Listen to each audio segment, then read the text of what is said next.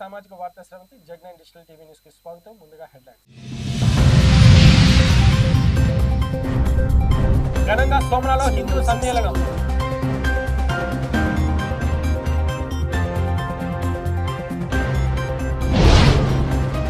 Bhogapuram airport కు trial run విమానం.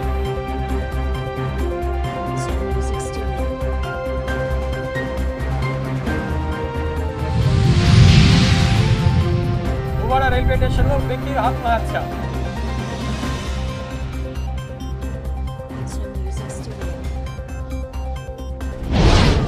Drone సాయంతో పేకాటదారులపై పోలీసుల రైడ్.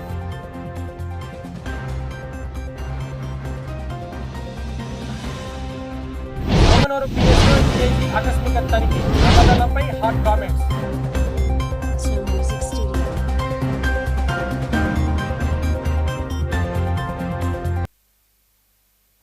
పొంగనూరు నియోజకవర్గం సోమల మండలంలో ఆదివారం హిందువుల సమ్మేళనం ఘనంగా జరిగింది.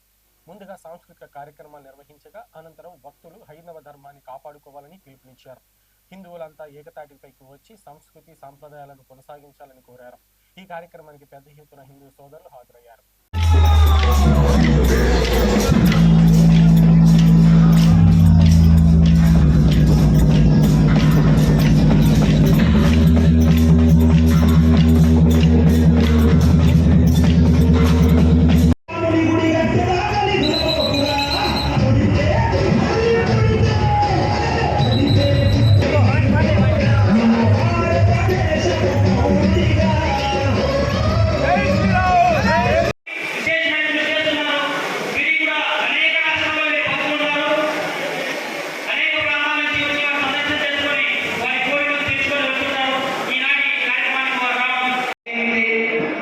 స్వామీజీ దగ్గరికి వచ్చినటువంటి వాళ్ళందరూ కూడా ఎటువంటి కష్టమైన సంతానం లేనటువంటి భక్తులందరూ కూడా సంతానం కలిగినటువంటి యొక్క సందర్భాలు చాలా ఉన్నాయి.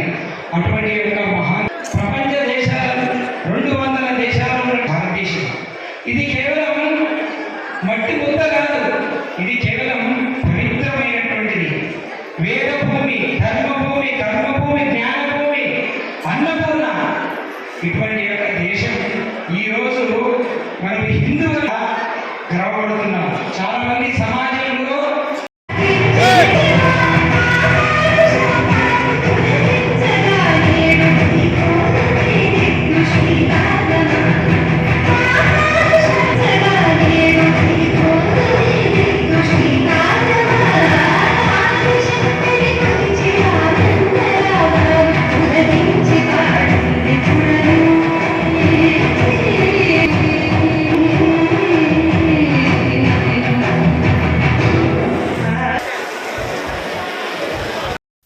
భోగాపురం ఎయిర్పోర్ట్ కు ఢిల్లీ నుంచి ప్రత్యేక ట్రయల్ రన్ విమానం బయలుదేరింది. ఈ విమానంలో కేంద్ర విమానశాఖ మంత్రి రామ్మోహన్ నాయుడు, విజయనగరం ఎంపీ కలిశెట్టి అప్పలనాయుడుతో పాటు విమాన శాఖ అధికారులు ప్రయాణిస్తున్నారు.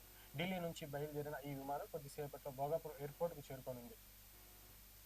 విజయనగరికి నిదర్శనం ఇంటర్నేషనల్ ఎయిర్పోర్ట్ నిర్మాణం జరిగితే కొద్ది ఏ రకంగా అభివృద్ధి జరుగుతుందో మనం చూస్తున్నాం.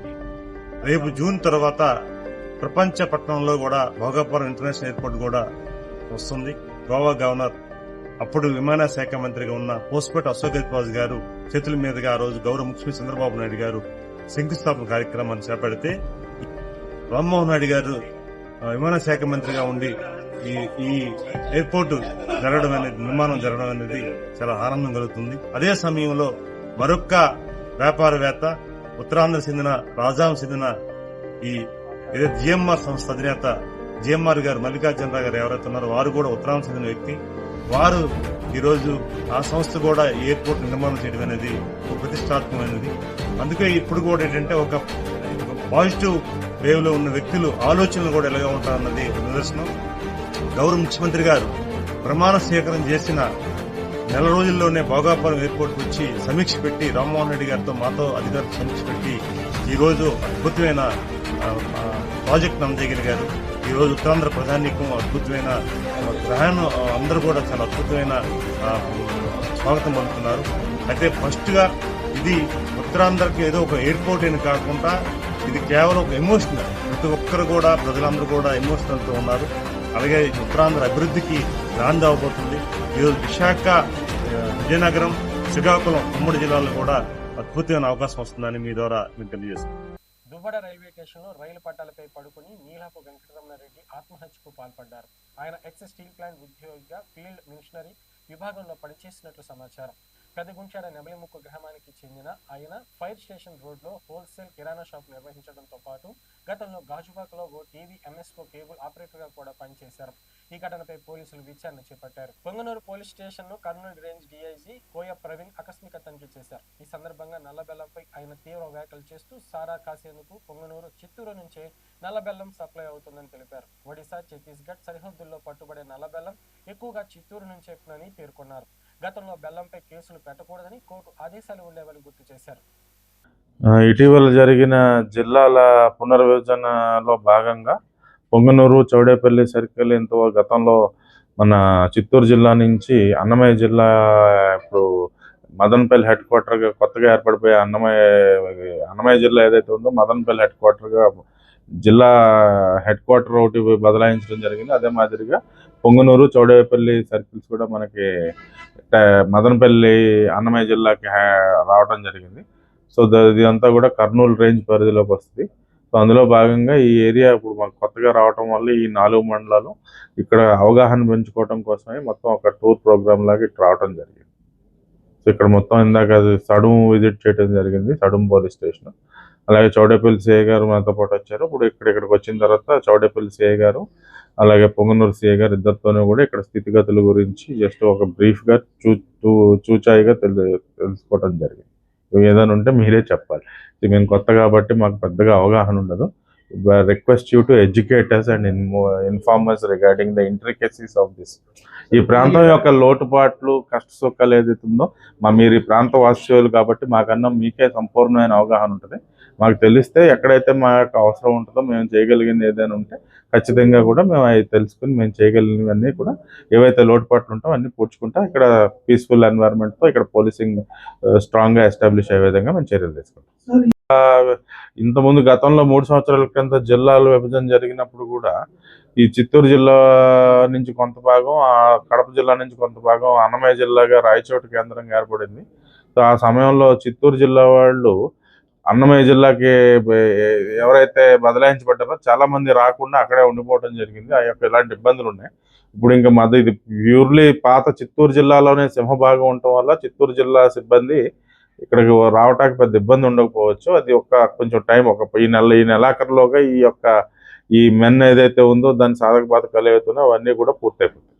అటు అదేలే ర్యాంక్స్ అండ్ స్ట్రెంత్ మొత్తం ఆల్ ర్యాంక్స్ 70 మంది, ఇప్పుడు 30 మంది. అదే అప్పుడు ఏదో క్రిందటి సంవత్సరం ఏదో హత్య జరిగినప్పుడు ఇక్కడ ఉన్న సిబ్బంది అందరినీ బదలాయించారు, మళ్ళీ అక్కడ వాళ్ళకి తగ్గ రాలేదంటున్నారు.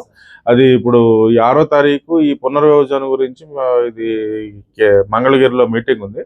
అయిన తర్వాత 2 ఎస్పీలు పిలిపించి ఇంకోటి ఏంటంటే చిత్తూరు, అనంతపూర్ రేంజ్ అయినా కానీ కర్నూలు కింద మ్యాన్ పవర్ కంట్రోల్ కర్నూలు కాబట్టి అసలైతే 2 ఎస్పీలని పిలిపించి ఏదైతే సిబ్బంది వ్యవహారం అవుతుందో అది పూర్తి చేస్తాం.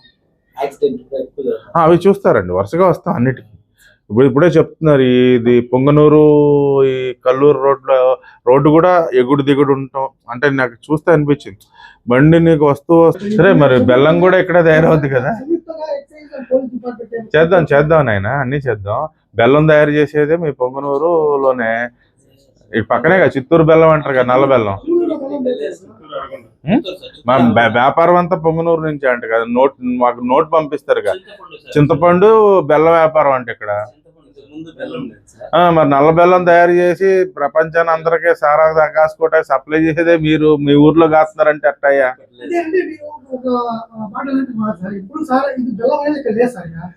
ఇప్పుడు అదేనైనా మీ పక్కూరే కదా. ఇప్పుడు మీ నేను ఎక్కడ కాదు, ఒరిస్సా సరిహద్దులోనూ లేకపోతే ఛత్తీస్గఢ్ సరిహద్దులో బెల్లం పట్టుకుంటే చిత్తూరు బెల్లం మేము పట్టుకుని కేసు కట్టేటప్పటికి చిత్తూరు ఈ బెల్లం తయారీదారులు హైకోర్టు ఆర్డర్ ఉండేది, బెల్లం పట్టుకుంటే కేసు లేదని. యాక్సిడెంట్ స్కోప్ చాలా ఎక్కువ ఉంది. బండి పల్టీ కొట్టడం కూడా చాలా చోట్ల చాలా మలుపుల్లో అయితే బండి పల్టీ కొట్టే ప్రమాదాలు కూడా ఉన్నాయి. అవన్నీ ఏం చేయాలనేది మేము ఎస్పీ గారు, డిఎస్పీ గారు చూసుకుంటారు, సిఏ గారు. అదేనండి, అన్ని చూసుకుంటాం, ఏం ఇబ్బంది లేదు, అన్నీ చూసుకుంటాం. ముందు ఇదేంటంటే ఫస్ట్ సెటిల్ అవ్వాలి. ఈ సిబ్బంది వ్యవహారం సెటిల్ అయిపోతే ఉన్నాయన్నీ మనం చూసుకుందాం. సార్ మీరు ఎలాంటి విషయాలు నోటీస్ చేయాలి సార్? చదువు ఒక్క రోజులో ఏం తెలిసింది స్వామి. జిల్లా ఈ పోలీస్ ఈసారి 2 సారి పోలీస్ సర్కిల్ పోలీస్ స్టేషన్ 4 వచ్చే మనకు 3 రోజులు అయింది. ఊరికనే చదువులో ఆగాం, ఇలా ప్రయాణించుకుంటే ఇక్కడికి వచ్చాం. రోడ్డు అయితే బాగాలేదు, రోడ్ ఇంజనీరింగ్ స్ట్రక్చర్ బాగాలేదు, యాక్సిడెంట్స్ 2 వీలర్స్ తర్వాత ఈవెన్ ఆటోలు పల్టీ కొట్టే ఛాన్స్ అయితే ఈ రోడ్డు స్ట్రక్చరల్ డిఫెక్ట్ వల్ల అయితే అది క్లియర్ కనిపించింది. నేను ఏకైక అబ్జర్వేషన్ అంటే అది ఒకటే ఇప్పటికైతే. నెక్స్ట్ టైంకి ఇంకేమన్నా చెప్పగలను. గంజాయి ఉందా నాకు తెలియదయ్యా.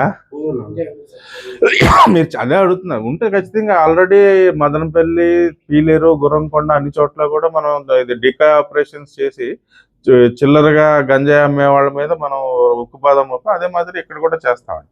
ఇక్కడ ఏమైనా పండించే అలవాటు ఈ ట్రాన్సిట్ ఎక్కువ ఉంటుంది. ఒరిస్సా నుంచి వస్తూ ఇక్కడ నుంచి అటు ఇటు బార్డర్ అవటం వల్ల అన్నిటి మీద చర్య తీసుకుంటాం.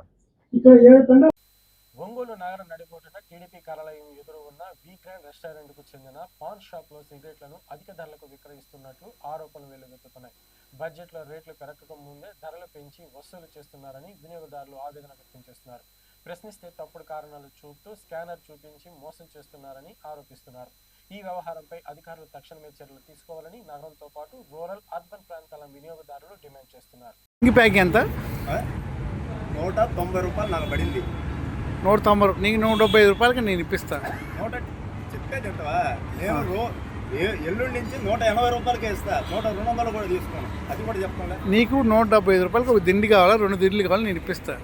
నేను చెప్పేది కూడా ఇదేమ్మా. నేను చెప్తానులే, రేపు నుంచి 180 రూపాయలు కింగ్ ప్యాట్ నేను ఇస్తారు. రేపు నుంచి నేను ఇలా షాపులు లేవని బ్లాక్లో తెచ్చుకున్నా.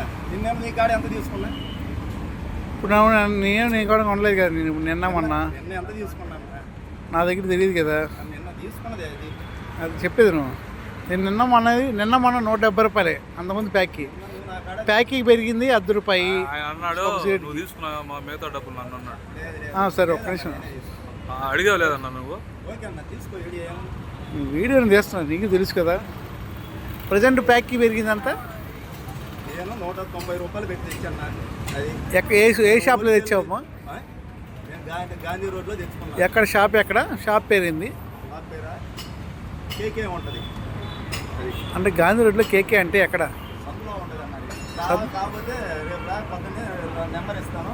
బండి పెట్టి నెంబర్ చెప్పమ్మా ఒకసారి. ఆయన నెంబర్ చెప్పమ్మా. నెంబర్ ఇస్తాను. ఆయన ఎంత రేటుకి అమ్ముతున్నాడు, వాళ్ళకి ఎంత హోల్సేల్కి వచ్చిందో, వాళ్ళ హోల్సేల్ రేట్ ఎంత, మీరు అమ్మే రేట్ ఎంత నాకు తెలియాలి కదా, నాకు జనాలకు తెలియాలి కదా. చెప్పమ్మా, నెంబర్ చెప్పమ్మా. చెప్పమ్మా, నెంబర్ చెప్పు.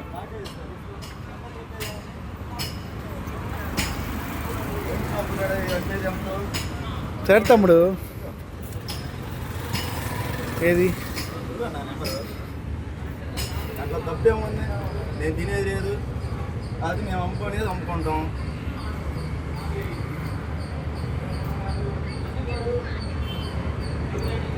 ఇది నెంబరు, ఈ నమ్ముతున్నాడు.